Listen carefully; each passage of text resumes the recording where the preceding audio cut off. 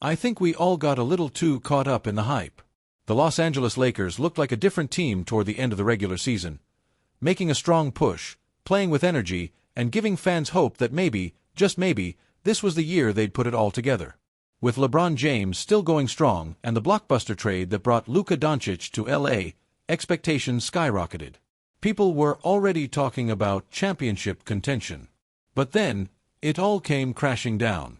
The Lakers just got bounced out of the playoffs in 5 games, a gentleman's sweep, by the Minnesota Timberwolves. And honestly, it didn't even feel that competitive. All the optimism, the late-season momentum, the idea that Luka and LeBron would be an unstoppable duo, it evaporated in a flash. Now, fans are left asking the same burning questions.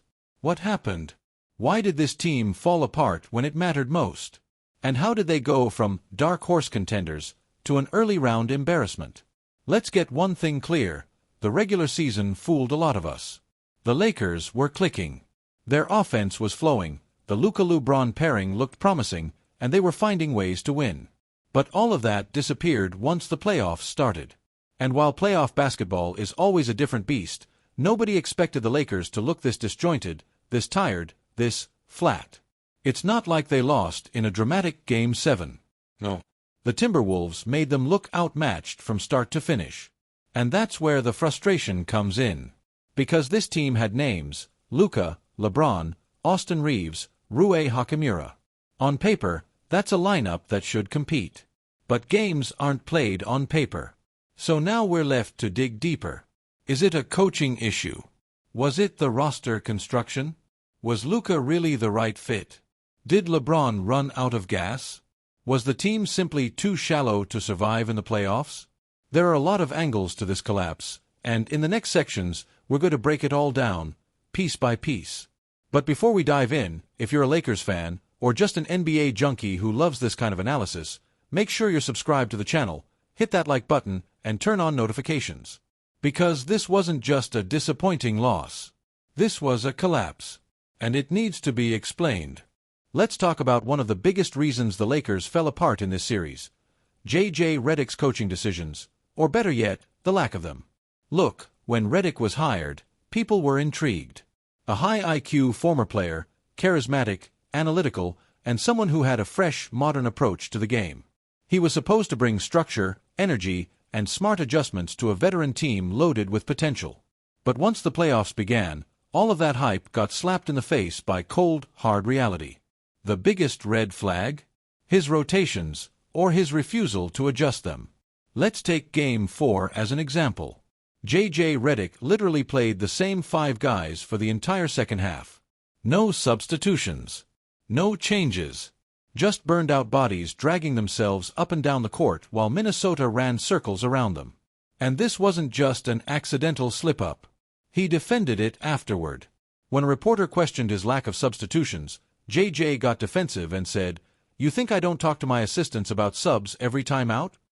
He even called it a weird assumption. No, J.J., what's weird is riding a 40-year-old LeBron James for 40-plus minutes a night.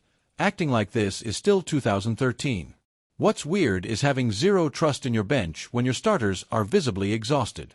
Luka Doncic also played over 40 minutes a game in the series, and while he's younger than LeBron, even he looked gassed by Game 5. You want a stat that tells the whole story? Outside of Luka, LeBron, Austin Reeves, and Rui Hachimura, only 2 other players on the roster averaged more than 10 minutes per game in the series: Gabe Vincent, who was awful, and Jared Vanderbilt. That's it. Everyone else was glued to the bench like they were in timeout. And let's talk about the center position. Jackson Hayes, a player who could have helped protect the rim, provided some size, given Rudy Gobert something to think about, didn't even play in Game 5. He was completely iced out of the rotation. Even when the Lakers were getting dominated in the paint, J.J. refused to make a change. Why? Pride. Frustration. Inexperience. Whatever it was, it cost the team. Former players and analysts didn't hold back either. Kendrick Perkins came out swinging, calling Redick's decisions common-sense failures. Even Reggie Miller said on the broadcast that J.J. had to be calmed down before Game 5 because he was still emotionally stuck on Game 4. And Brian Windhorst flat-out said it: J.J. Redick coached immaturely. That's a brutal indictment. Here's the thing, coaching in the playoffs isn't just about drawing up plays.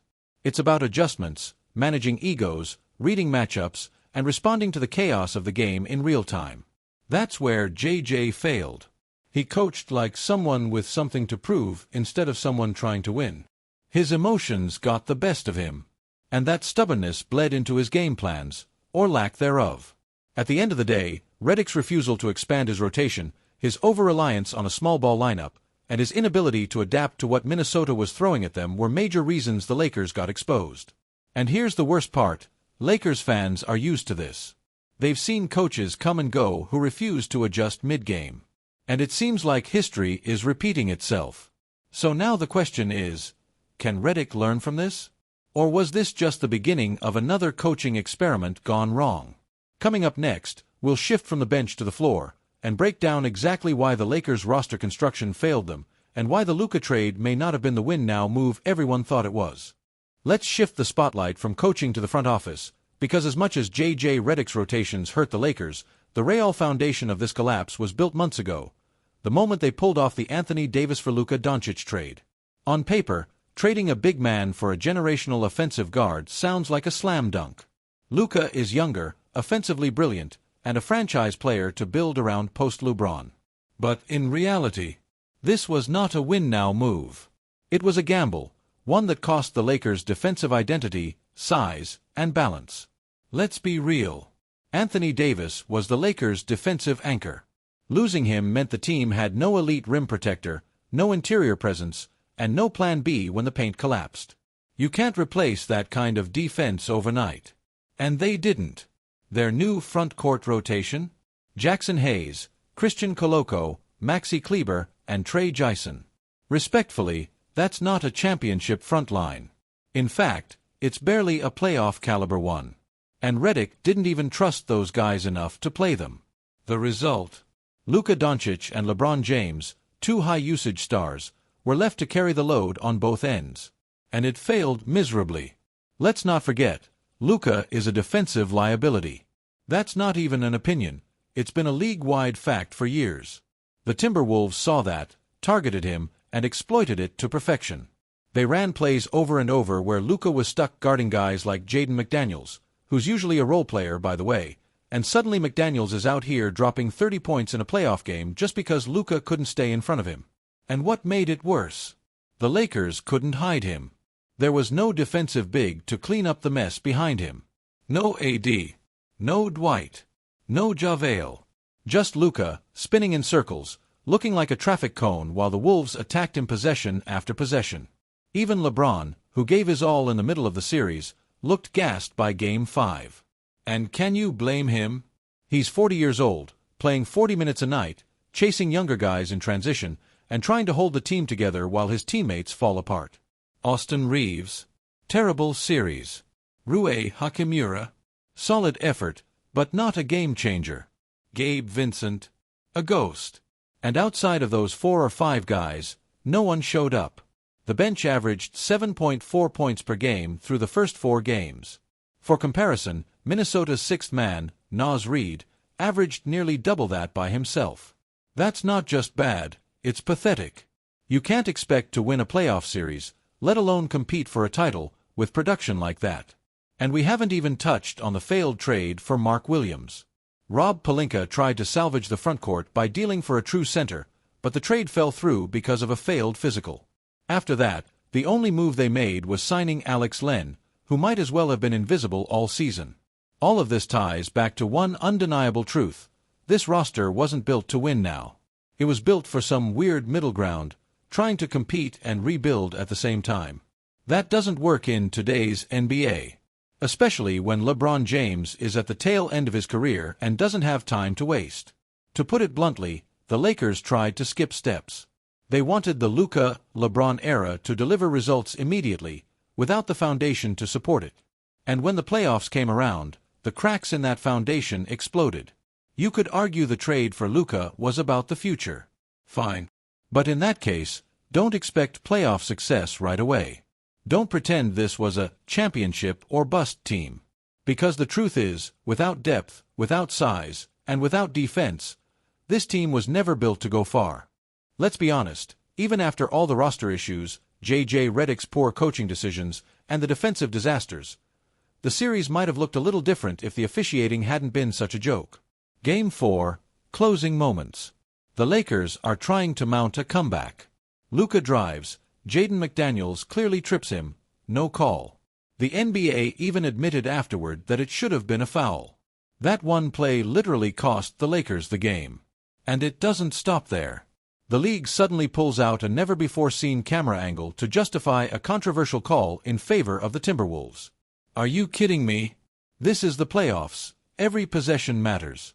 When officiating starts tilting the court, even slightly, it changes everything. It kills momentum. It kills trust. And yeah, it killed the Lakers' chances of forcing a Game 6. Now, I'm not saying the refs were the only reason the Lakers lost. They weren't. The Timberwolves were the better, deeper, and more prepared team. But when the margin is this thin, those calls matter. So now what? Because while fans can argue over missed whistles and bad rotations, the bigger story, the one that really overshadows all of this, is what happens next. And it starts with LeBron James. He's 40. He's still producing at a high level. But the clock is ticking, and after another disappointing playoff run, he was asked the question we've all been thinking. How much longer do you want to play? His answer: I don't know. I have to sit down with my family, talk it through, and figure out what I want. That's not confidence. That's a man who knows the end is near. The Lakers front office has a decision to make, maybe the biggest one of the last decade. Are they going to go all in one last time to chase a ring for LeBron? Or are they going to lean into the future, building around Luka and letting the LeBron era fade out quietly? Rob Pelinka has already tried to thread the needle, trading AD for Luka to keep a foot in both timelines. But that strategy just got exposed in front of the entire NBA world. You can't build a dynasty while also trying to rebuild. You either commit to LeBron and load up one last time, or you pivot and accept that it's over. And yet, there is some hope. LeBron has said he's willing to take a pay cut to help the Lakers bring in more talent. That's huge. When one of the greatest players ever is telling you, hey, I'll sacrifice money if you just give me a squad, you listen. That opens doors. That creates possibilities. But it also puts pressure on the front office to deliver. Because if they fail again, we could very well see LeBron walk away from this team, or from the game entirely. And what about Luka? Yeah, he's a generational talent. But he's not a leader yet. Not defensively. Not emotionally. The Lakers have to figure out how to build around him, and fast. Because the clock isn't just ticking on LeBron. It's ticking on relevance. The Lakers brand can't afford to sink back into mediocrity after years of drama, trades, and wasted potential. Look, as a Laker fan, this hurts. This isn't how the season was supposed to end. Getting bounced in 5 in the first round, again, feels like déjà vu. And it's even more frustrating knowing how much was sacrificed to get here. But you know what? There is a silver lining. The roster is flawed, but the core talent is still there. Luka is young.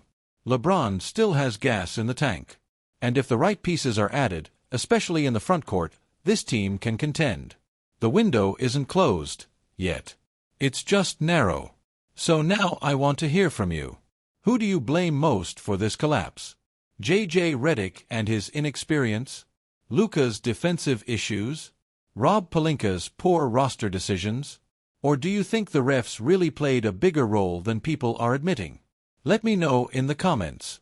And if you want a deep dive on the referee controversy, I've got a whole separate video breaking that down. It's linked on the end screen. This is your boy Mike, dropping the mic until next time. Let's hope next season doesn't end like this one.